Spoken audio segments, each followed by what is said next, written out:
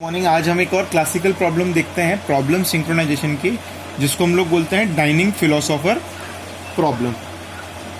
तो dining philosopher problem ये describe करती है कि हमारे पास एक डाइनिंग टेबल है जिसके ऊपर 5 फिलोसोफर्स हैं जिनको हम लोगों ने इंडिकेट करा है P0, P1, P2, P3 and P4 से।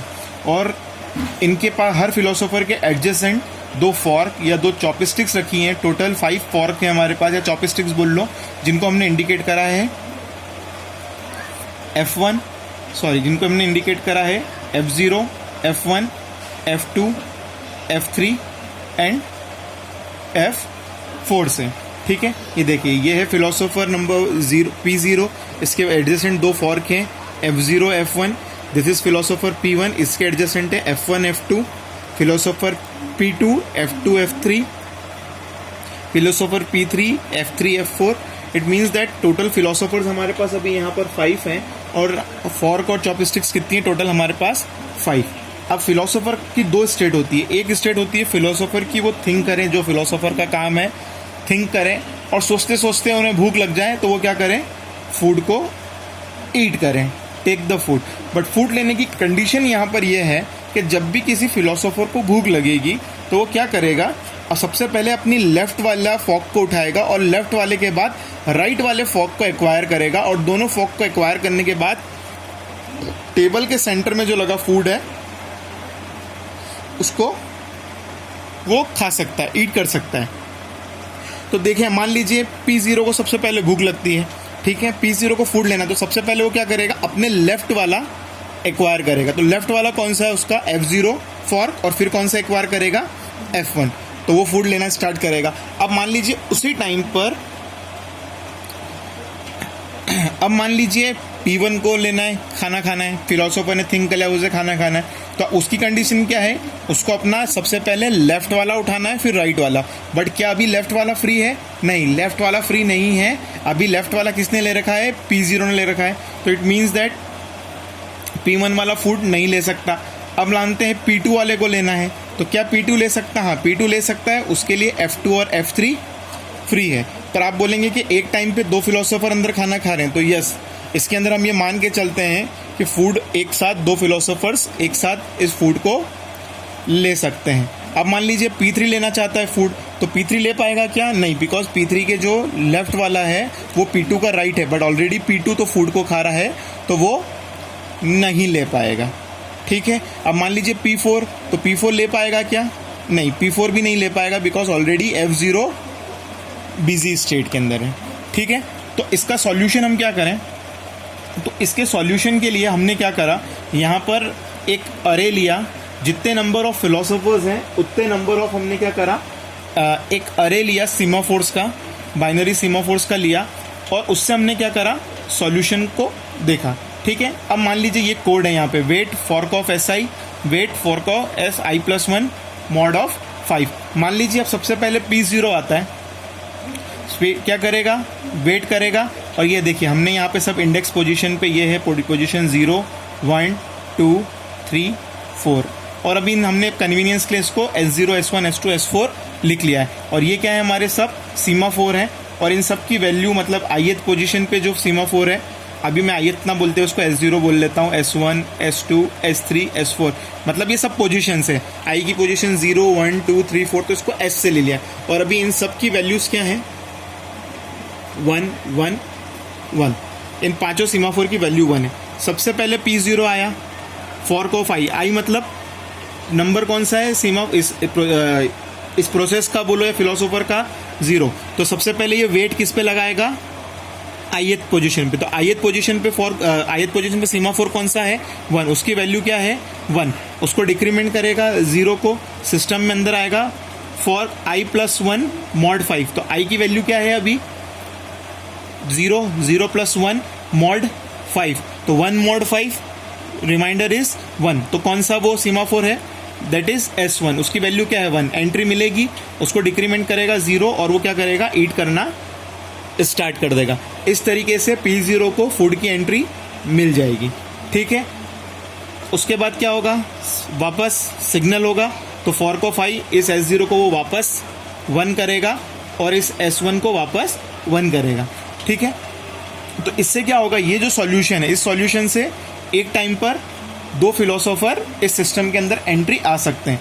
बट इस सिस्टम में एक प्रॉब्लम ये है कि सिस्टम, ये जो क्लासिकल कोड है इसके अंदर, ये जो कोड है ये कभी भी डेडलॉक में जा सकता है। डेडलॉक इन द सेंस, मान लीजिए जितने भी हमारे फिलोसोफर्स हैं वो सब अपना अपना लेफ्ट वाला फॉर्क उठा लेते हैं। मान लीजिए जो P0 है उसने F0 ले लिया, ठीक है। मतलब मैं ऐसा आपको बताता हूँ, मान लीजिए P0 ने F0 वाला फॉर्क ले लिया, P1 ने F1 को ले लिया, P2, P3, P4, P2 ने क्या करा, F2 वाला ले लिया। हमने कंडीशन दे रखी है कि सबसे पहले लेफ्ट ले। P3 वाला क्या करेगा, F3 ले लेगा, और P4 वाला क्या करेगा,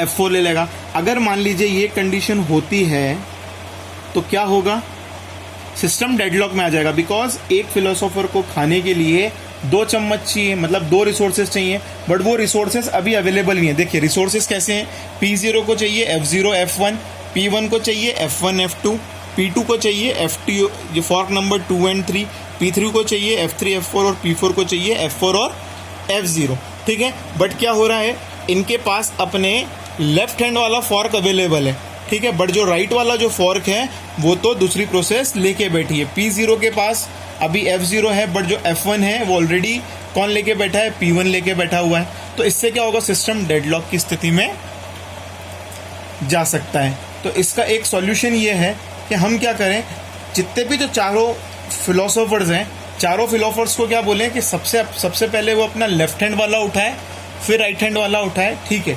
बट जो लास्ट नंबर का फिलोसोफर है उसको क्या बोलें, उसकी कंडीशन को हम यहाँ पर क्या कर दें, उसकी कंडीशन को चेंज करके ऐसा बता दें कि भैया आप हमेशा क्या करोगे, सबसे पहले अपना राइट वाला उठाओगे, देन लेफ्ट वाला उठाओगे।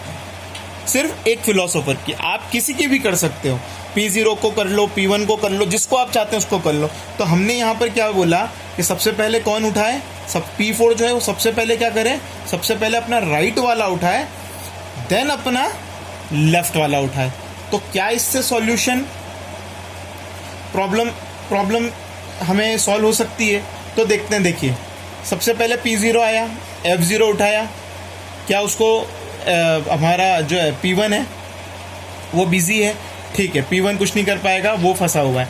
फिर P0 कुछ नहीं हुआ है, P1 आया, P1 ने F1 उठाया, क्या वो F2 ले सकता है? नहीं, F2 P2 ने ले रखा है। P2 आया, P2 ने F2 को वेट में ले रखा है, क्या वो F3 को ले सकता है? नहीं ले सकता है, ठीक है। फिर कौन आया अपना P3 आया, P3 कौन सा ले सकता है? F3 ले सकता है, F3 ले सकता है, क्या वो F4 ले सकता है? हाँ, बिकॉज अब यहाँ पे कंडीशन क्या है, P4 ने F4 को नहीं ले रखा है, वो कौन सा चाहता है, it need first F0, but F0 is already block. तो इट मीन्स दैट P3 को कौन सा मिल सकता है, F3 और F4 जो है वो उसकी रिक्वायरमेंट फुलफिल हो जाएगी। तो इस तरीके से ये पहला फिलोसोफर क्या करेगा, फूड को लेकर चला जाएगा। जैसे ही फूड को लेकर जाएगा, F3 जो है वो रिलीज हो जाएगा, F4 भी रिलीज हो जाएगा। जैसे ही F3 रिलीज होगा, P2 जो ब्लॉक स्टेट में बैठा था, F2 रिसोर्स उसने ऑलरेडी ले रखा था, उसको क्या मिल जाएगा, F3 रिसोर्स मिल जाएगा, और वो भी क्या कर जाएगा, खाना खा के बाहर निकल जाएगा। और बाहर निकलते निकलते वो क्या करते हुए जाएगा, F2 जो हमारा सीमाफोर है, S2 है, उसकी वैल्यू 1 करते जाएगा। इट मीन्स दैट इस रिसोर्स को फ्री करता हुआ जाएगा। तो क्या होगा, अब हमारा जो फिलोसोफर P1 है, F1 तो ऑलरेडी उसके पास है, F2 यहाँ से फ्री हो जाएगा, तो ये भी खाना खा के बाहर हो जाएगा। अब जैसे ही P1 बाहर होगा तो किसको फ्री करके जाएगा, F1 को फ्री करके जाएगा। और जो P0 ब्लॉक स्टेट में F0 को लेके बैठा हुआ था, वो क्या करेगा, F1 को लेकर अपना खाना खा लेगा। उसके बाद क्या होगा, जब P0 जाएगा तो वो F0 को फ्री कर जाएगा, जिससे क्या होगा, P4 जो है वो F0 को लेगा, और ऑलरेडी हमारी P3 जो प्रोसेस थी वो F4 को फ्री कर चुकी थी, तो F4 उसको मिल जाएगा और ये P4 खा लेगा, ठीक है। तो इस तरीके से क्या होगा, हमारे जो पांचों फिलोसोफर हैं वो फूड को ईट कर सकते हैं। बहुत सी जगह ऐसा सॉल्यूशन भी ये बोला जाता है कि अगर ये प्रॉब्लम आ रही तो आप एक फिलोसोफर को ही हटा दो, ठीक है, तो सिर्फ हमारे पास n-1 फिलोसोफर रह जाएंगे और n रिसोर्सेज रहेंगे, तो हम इस कोड के थ्रू इस प्रॉब्लम को सॉल्व कर सकते हैं। तो एक ये छोटा सा डिस्क्रिप्शन है डायनामिक फिलोसोफर प्रॉब्लम का कि आप इस प्रॉब्लम को कैसे सॉल्व कर सकते हैं। Thank you.